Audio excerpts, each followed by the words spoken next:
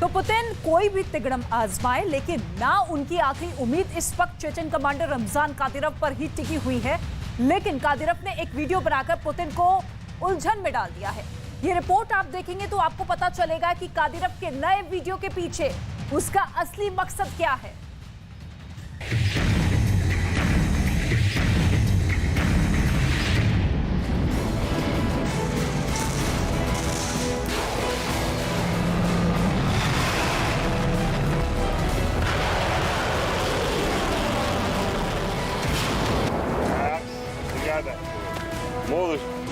Ramzan Kadyrov का बहुत बड़ा ऐलान।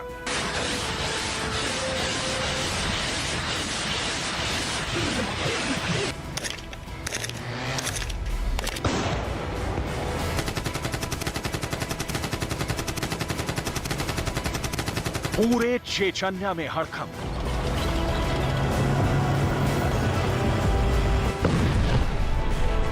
क्या पूरा चेचन्या खाली हो जाएगा?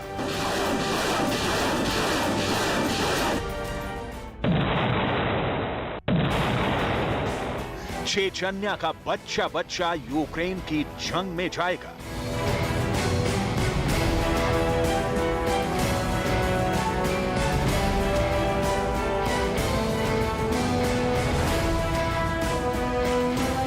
चार लाख से ज्यादा चेचन लड़ाके तैयार होंगे।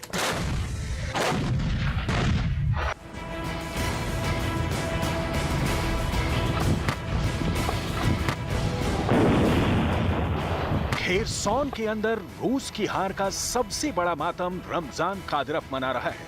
जब खार्किव, इज्यूम और लीमान में रूस की हार हुई थी, तब चेचन्या ने सारा दोष वहां के कर्नल जनरल लैपिन पर मढ़ दिया था और अपने चेचन लड़ाकों को बहादुर बताया था। रमजान कादिरोव की शिकायत के बाद पुतिन ने स्पेशल ऑपरेशन का नया जनरल नियुक्त किया, जिसका नाम है सर्गेई सुरोविकिन। सुरोविकिन कादिरोव के दोस्त भी हैं।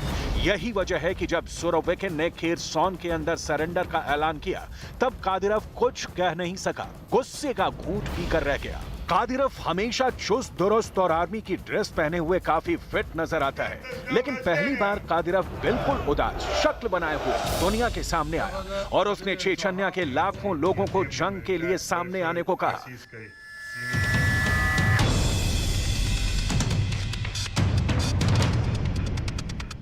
Я призываю всех мусульман, всех кавказцев, чеченцев, вы что сидите, давайте, собирайтесь, создавайте батальоны, полки, я буду вас снабжать, одевать, вооружать, вы должны... ये तो रमजान कादिरोव का बयान है। रमजान कादिरोव चेचन्या के मुसलमानों को भड़का रहा है और उन्हें युद्ध में भर्ती होने के लिए उकसा रहा है।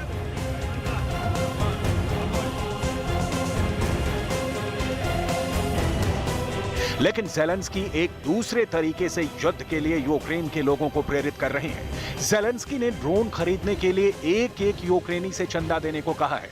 आखिर क्या है कादिरोव और ज़ेलेंस्की का ये प्लान? पूरी बात आपको समझाने वाले हैं। सबसे पहले आपको दिखाते हैं चेचन्या का हाल, जो इस वक्त दुनिया की सबसे डरावनी जगह बनती जा रही है, जहां हर किसी को डर लग रहा है।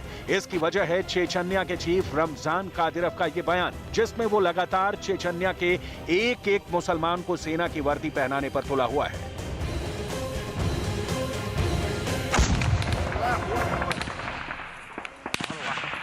Отстаивая интересы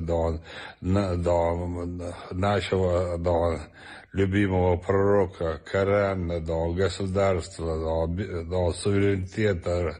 Вы кто, если вы сегодня не станете на этот путь против этих шакалов, против этих шайтанов, против этих сатанизма, фашизма, каждая мать, каждый отец, каждый должен отдавать своего сына за то, чтобы отстаивать интерес мусульман, христиан, отстаивать интерес традиций, обычаи, религии. Эй, проснитесь. कादिरोव ने अपने टेलीग्राम चैनल पर एक नई पोस्ट में लिखा है कि हमारे पास यानी चेचन्या के पास लगभग 16 लाख लोग हैं। वैसे रूस की सरकार के आंकड़े कहते हैं कि 2021 में चेचन्या की जनसंख्या 15,10,000 थी, जिसमें 4,20,000 सेवानिवृत्त यानी बुजुर्ग और 5,51,000 बच्चे शामिल थे। चेचन्या में जो 4 लाख बुजुर्ग हैं, उनमें से कम 3 लाख या 4 लाख वास्तव में पुरुष आबादी है, जिसे युद्ध में भेजा जा सकता है। उम्र कोई मायने नहीं रखती। किसी भी मामले में आप सभी बुजुर्गों को सैन्य भर्ती कार्यालय में होना चाहिए और उन इकाइयों में शामिल होना चाहिए जो अभी लड़ रहे हैं।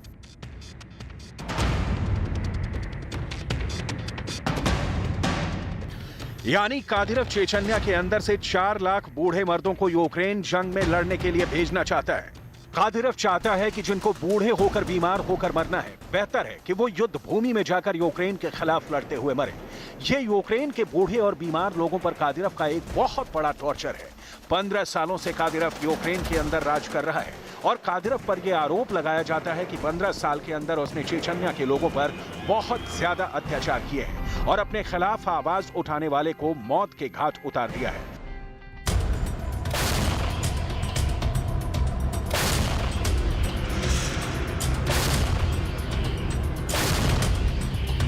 लेकिन अब यूक्रेन के युद्ध के चलते कादिरव चेचन्या के अंदर काल बना घूम रहा है। कादिरव ने यह कहकर चेचन्या के लोगों को यूक्रेन के खिलाफ भड़काया है कि यूक्रेन का युद्ध पवित्र युद्ध है जिसमें हर किसी को जान देनी है। Это война священная война. Это война священная. Я мечтаю умереть в этой войне. Я умираю, чтобы мои дети умерли в этой войне.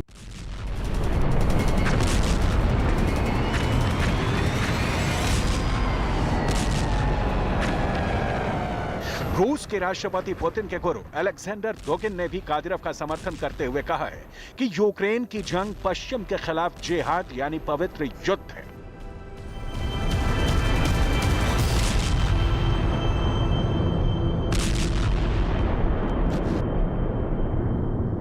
Это война священная, не случайно она объявлена джихадом для них. Это священная битва против сатанинского Запада. И в принципе, если Кадыров находит в себе мужество сказать это открыто, мне кажется, мы не должны стесняться. Да, это православная битва, финальная битва, апокалиптическая, эсхатологическая битва православной христианской Руси, Святой Руси против орд Антихриста. В этом смысл этой специальной военной операции. रमजान कादिरव ने कहा है कि जो लोग चेचन्या के अंदर टैक्स की चोरी कर रहे हैं या अपराध कर रहे हैं, उनसे बड़ा जुर्माना वसूल कर सीधे यूक्रेन की फ्रंट लाइन पर भेजा जाए। सेना की भर्ती को ठुकराने वालों को कायर, देशद्रोही बताया जा रहा है। जो लोग सेना में भर्ती होने नहीं जा रहे हैं, उनको कादिरव अपमानित कर रहा है। कादिरव के सूचना मंत्री अखमेद दुदायेव ने अपने टेलीग्राम चैनल पर बयान दिया है कि मैं अल्लाह की कसम खाता हूं कि जब मेरे भाई लड़ रहे हैं और मर रहे हैं, तब मुझे बाहर जाने में शर्म आएगी। ये शर्मनाक है। आप हमारे इतिहास को बदनाम करते हैं। अगर हम घर आते हैं तो हम आपको अपनी किसी भी सड़क पर नहीं निकलने देंगे। महिलाओं को भी युद्ध की तैयारी करनी है, पुरुषों को तो युद्ध में जाना ही होगा। मामला साफ है। चेचन्या के लोगों के सामने दो ही विकल्प है, या तो यूक्रेन की जंग में जाकर लड़ें और मरें, या फिर कादिरव की सरकार का अत्याचार सहें। रमजान कादिरव क्या चाहता है, उसने एक बयान देकर साफ कर दिया है। Мы просто без оружия должны забирать европейские государства, пока они не станут на колени и не попросят у России разрешение попросить священный Дон. Но мы умрем только когда мы вас уничтожим, Дон. Аллаху Акбар, Ахмад, сила, победа за нами. Кто не с нами, тот под нами, Дон.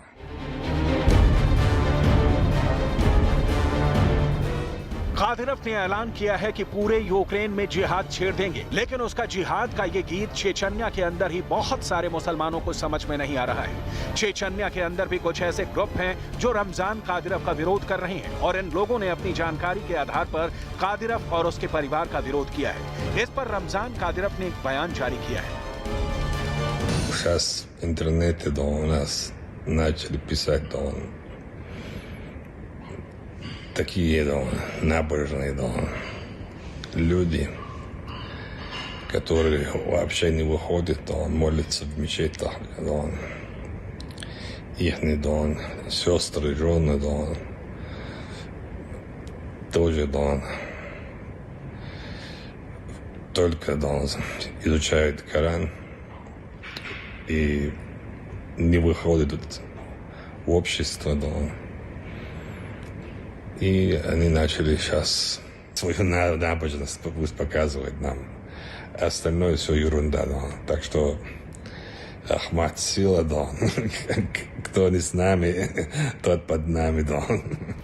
ये रमजान कादिरव का भर्ती प्लान जिसमें क्रूरता दिखाई जा रही है। दूसरी तरफ ज़ेलेंस्की भी यूक्रेन के लोगों को मोबिलाइज करने पर ध्यान दे रहे हैं। इसके लिए उन्होंने एक नई मुहिम चलाई है। यूक्रेन के राष्ट्रपति ज़ेलेंस्की ने ब्लैक सी में रूस पर काउंटर अटैक करने के लिए एक नौसैनिक ड्रोन बेड़े को बनाने का फैसला किया है और इसके लिए ज़ेलेंस्की ने यूक्रेन की जनता से मदद मांगी है। ज़ेलेंस्की क्राउड फंडिंग करवाने के लिए एक अभियान चला रहे हैं। ज़ेलेंस्की ने कहा कि यूक्रेन को समुद्र से चलने वाले 100 ड्रोन की आवश्यकता है, जिनमें से प्रत्येक की कीमत $2,74,000 है। ज़ेलेंस्की का प्लान यह है कि यूक्रेन पर 4500 मिसाइल हमले हुए हैं और करीब 1000 हमले समुद्र से किए गए हैं। अब इन ड्रोन की मदद से मिसाइल लॉन्चर्स को पहले ही बेकार कर दिया जाएगा। ज़ेलेंस्की का ऐलान है कि इस ड्रोन आर्मी को बनाकर वो समुद्री रास्ते पर भी अपनी पकड़ मजबूत करेंगे।